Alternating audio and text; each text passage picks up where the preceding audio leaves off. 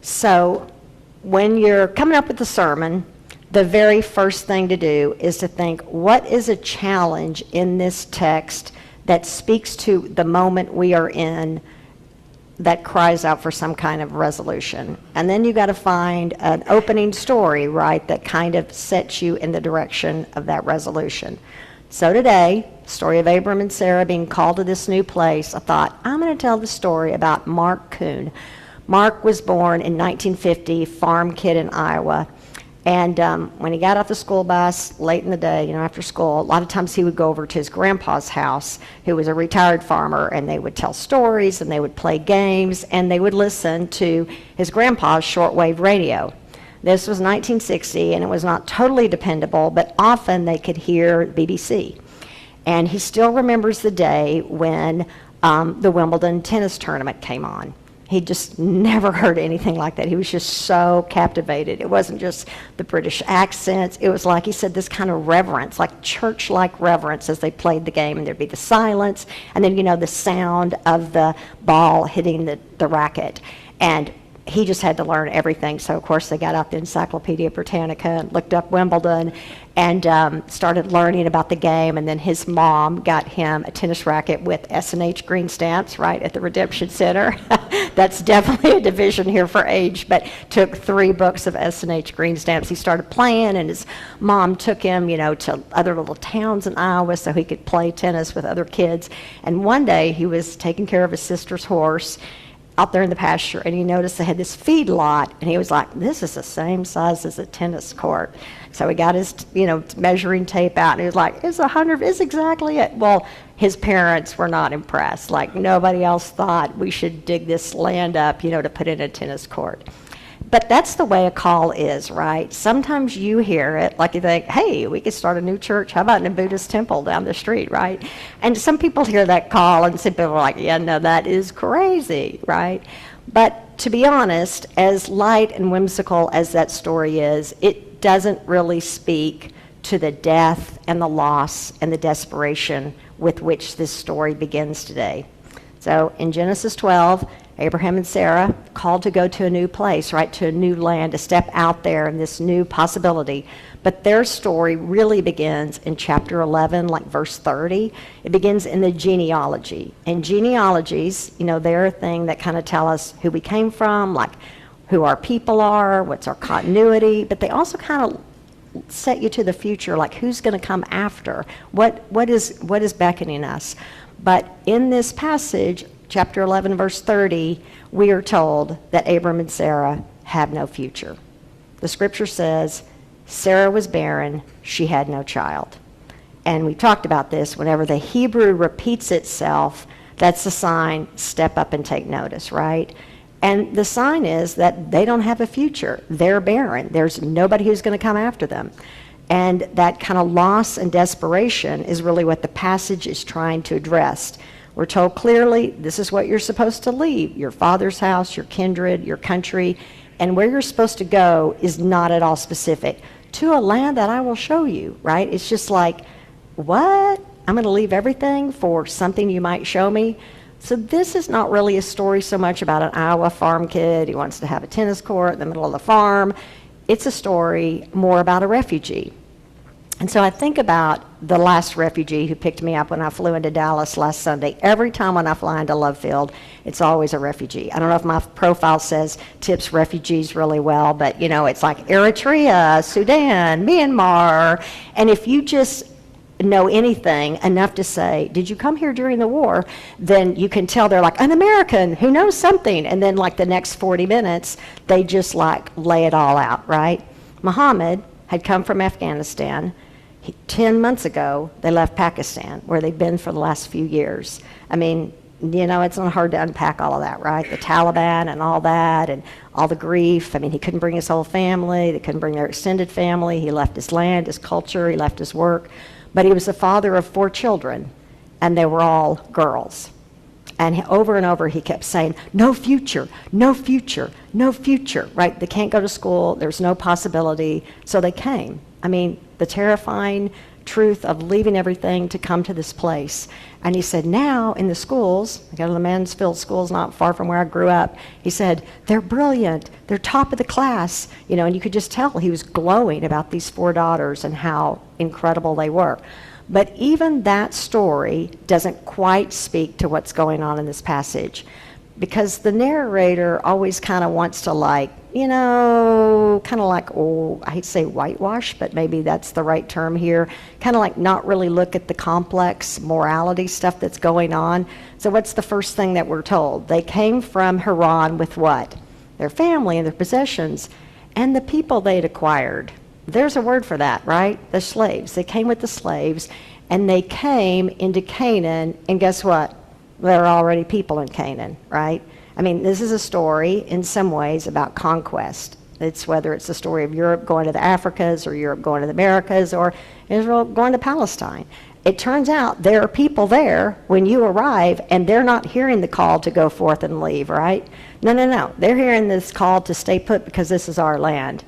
I think of this interview I heard recently with Peter Beinart, who's just a gifted Jewish thinker, and Diana Batu, who's this very gifted Palestinian attorney and policy analyst, and she's just this ravishingly amazing human being. And he was talking to her about, she's an Israeli Palestinian, so she's one of the 2 million Palestinians who has Israeli citizenship, which gives you a little bit of protection, but not a lot. Like there's 11,300 and something bomb shelters in Israel, and 37 of those are in Arab country, right? So there's not a lot of protection. And since October 7th, she's had constant rape threats and death threats because of her work, no protection from the police or anyone. And Beinart said to her, why don't you leave? You could go to Canada. You could leave. And she said, this is my home. This is my people. My mom is here. My extended family. Over and over again, she kept saying, this is my home. So there's this kind of challenge here, right, of like competing claims to this land, which already kind of shows you that life is a little bit more tricky than we want it to be. And then there's the truth that the call might not be go forth to an actual place. The rabbi said, when a crisis comes, the call is not so much go forth as it is go to your roots, get on with you. And that's kind of what she was saying. She was saying, in this moment, I'm really dug in. I'm really sticking it out. I'm really getting on with who I am. It's kind of like Richard Rohr, that contemplative Franciscan friar that so many people read in his book, Falling Upward, The Two Spiritual Halves of Life. He talks about that. He talks about like, what is that moment in our life that just kind of like where we're crashing and we're forced to go deep. It might be, and when he talks about the two halves of life, it's not so much your first 40 years and your last 40 as it is, you're moving along and then something just opens up and the world collapses, right? It can happen at any age. Your child dies, your family falls apart, the job you thought was forever is taken from you, your spouse gets Alzheimer's or dementia, you get cancer, and all of a sudden you're falling, right? The world, and you're just falling, and there's no sense of where the bottom is. And in that moment, if you've ever been there, right? If you've ever taken that kind of a tumble, everything you've ever done, your skills, your knowledge, your own willpower, you just can't get up. And Rohr's point is kind of like you fall, and you have to fall into the arms of grace. You have to fall into this divine presence. You have to fall into something. Maybe for some people, like in Brad's prayer, it's nature and walking. It's the community. It's other people. It's somehow the divine, right, that finds some way to get inside so that you are able to then fall upward, right, that you're able then to take your life, what there is, and use it to kind of reach out and to care and to get on with you and to find on the other side of this cliff and this abyss a place where you're a poor person who's living out God's call in a richer, more beautiful way. So Mark Kuhn kept thinking about that tennis court in the middle of the feedlot. He was busy. He became a Democratic state rep in Iowa and served for 12 years, and he was a farmer.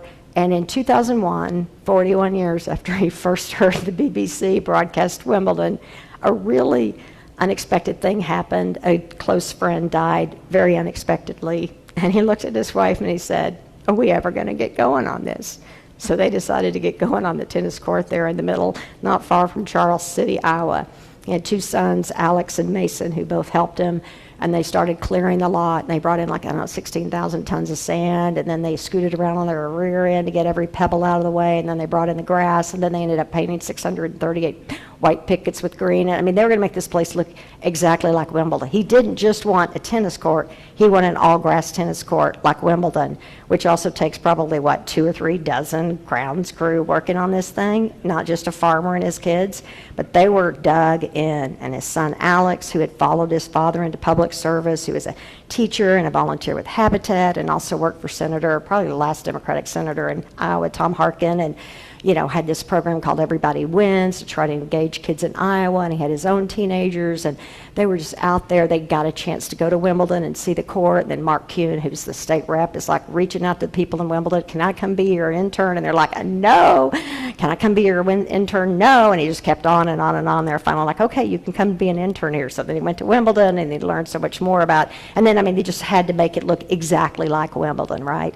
And all the time, his son, Alex, his 34-year-old, is in there with them, who had this rich life and his own wonderful sons, but also a divorce and some mental illness. And one day, this very attractive young son said, hey, I'm going to go play in Ames tomorrow in my tournament, and instead he ended his life. And, to hear Mark and Denise Kuhn, just talk about that, right?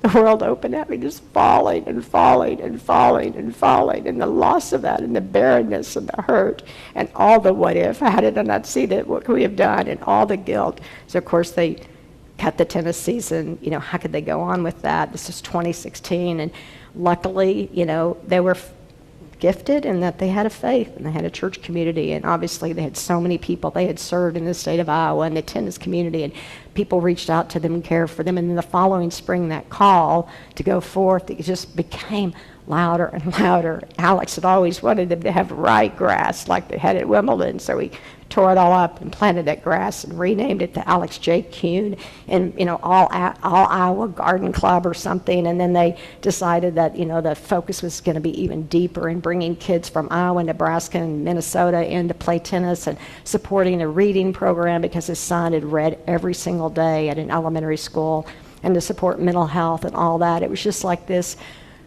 being cut open and finding a way to go forth, to go deep, to go deeper and deeper, and to find a way to get on with who they were called to be. The only thing trickier than coming up with an opening story for a sermon is a closing story. So fortunate that every Sunday I look out on this congregation of people who just inspire me so deeply, right? People who, one by one, have walked in the doors, a moment of challenge or crisis or change, believing that there was a way they could go even deeper. And I think about the 10 people who are joining the church today. Erin Lockard, when she sent me her, information and kind of how she processed joining Peace, she talked about how when she was in her 20s and 30s, it never really occurred to her to find a church home. She'd been super fortunate. She'd grown up with very caring grandparents who had a deep spiritual core. And she kind of took it for granted that all churches were kind of trying to do the same thing, right?